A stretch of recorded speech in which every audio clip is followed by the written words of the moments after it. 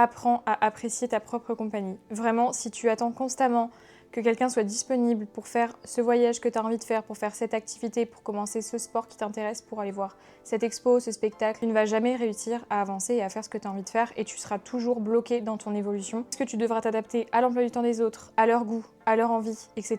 Et du coup, tu n'écouteras jamais tes envies personnelles. Ou alors tu mettras un frein dans les choses que tu as envie de faire parce que tu as l'impression que c'est pas possible ou que tu n'as pas l'entourage qui te permettra de faire ce genre de choses.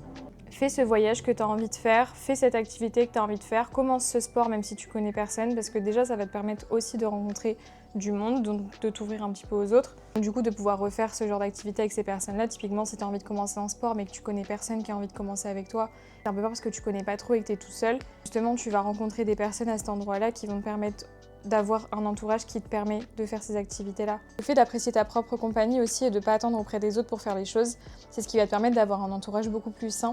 Parce que forcément, déjà, ils vont accepter le fait que tu as besoin d'avoir ton espace, d'avoir ton temps libre pour te recharger. Mais aussi, ça veut dire que quand tu les verras, ce sera par choix et pas par dépit. Et en général, si toi, t'es comme ça et tu prends du temps pour toi-même, tu vas t'entourer de personnes qui seront dans le même état d'esprit. Donc qui, pareil, quand ils voudront te voir, ce sera vraiment parce qu'ils ont envie de te voir et pas parce qu'ils savent pas faire les choses tout seuls.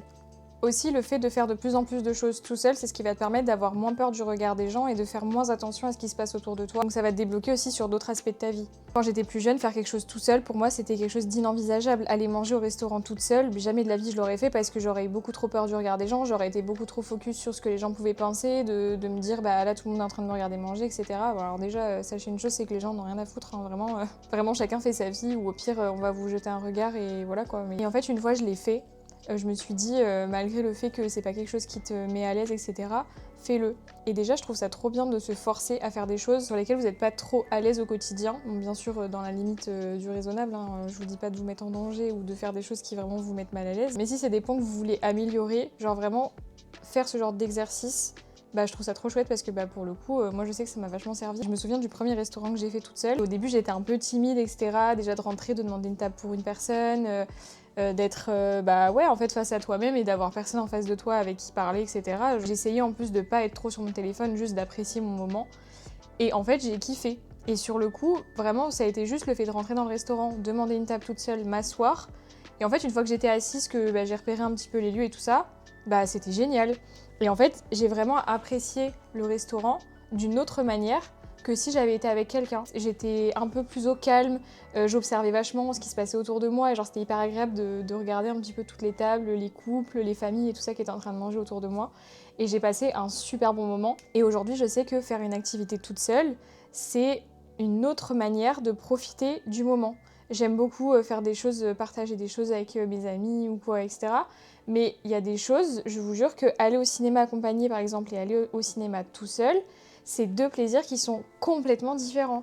Et aller au cinéma tout seul, ça veut dire choisir le film que tu as envie de regarder. Quelque chose, bah ça se trouve, t'aimes un genre de film que personne de ton entourage aime, bah au moins tu vas voir ton film tranquille et il y a personne qui... Voilà, t'es pas obligé de convaincre qui que ce soit. Et t'es tout seul, tu passes ton moment tout seul, je vous jure que c'est un autre niveau de satisfaction. Je trouve qu'on se rend pas assez compte de la manière dont on peut se brider par rapport à notre entourage quand on est habitué à toujours faire les choses accompagnées et qu'on est habitué à avoir peur justement de faire les choses tout seul. Je trouve qu'on se rend pas compte parce qu'on se dit bah non, ça va et tout, je peux faire ce que je veux et tout ça. Mais non, parce qu'en fait, si vraiment là tu réfléchis et tu te dis ok, genre si je pouvais tout faire tout seul ou que j'aurais toujours un ami ou quelqu'un autour de moi qui accepterait de faire tout ce que j'ai envie de faire, en fait tu te rends compte que tu t'ouvrirais beaucoup plus de portes. Donc ça veut dire qu'au quotidien, il y a des choses que tu fais pas parce que t'as pas envie, t'oses pas le faire tout seul.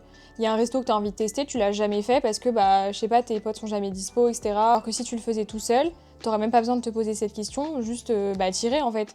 Il y a un moment où t'es dispo, t'y vas et puis c'est tout. Ça veut dire que même si c'est pour des petites choses comme ça, tu te brides inconsciemment et tu fais pas tout ce que t'as réellement envie de faire et tu sais même pas en réalité ce que t'as réellement envie de faire parce que tu t'adaptes inconsciemment aux personnes qui t'entourent. Si t'es entouré par exemple par des personnes qui ne font pas de sport et que t'as envie de commencer à faire du sport, t'auras beaucoup moins de facilité à déclencher ce truc-là et à te lancer dedans parce que les personnes qui sont autour de toi ne le font pas et que du coup tu t'adaptes inconsciemment à leur mode de vie. T'es moins motivé que si quelqu'un t'aurait proposé de venir avec lui par exemple. N'attends pas que quelqu'un soit dispo pour faire ces choses-là, sinon tu feras jamais rien de ta vie quoi. Le fait de les faire tout seul, c'est une manière de prendre soin de toi. Donc 2026, on arrête d'attendre la validation des autres, on arrête d'attendre que quelqu'un soit disponible pour faire telle ou telle chose. On fait ce qu'on a envie de faire, on écoute ce qu'on a envie de faire, on se met pas de restrictions et on arrête pas vouloir dépasser ce plafond de verre et on s'ouvre, pitié, on s'ouvre au monde et on accomplit ce qu'on a envie de faire. J'espère que cette vidéo vous aura plu. J'aime bien ce genre de format où on traite un petit peu de sujets assez rapidement comme ça. Je vous dis à la semaine prochaine. Bisous!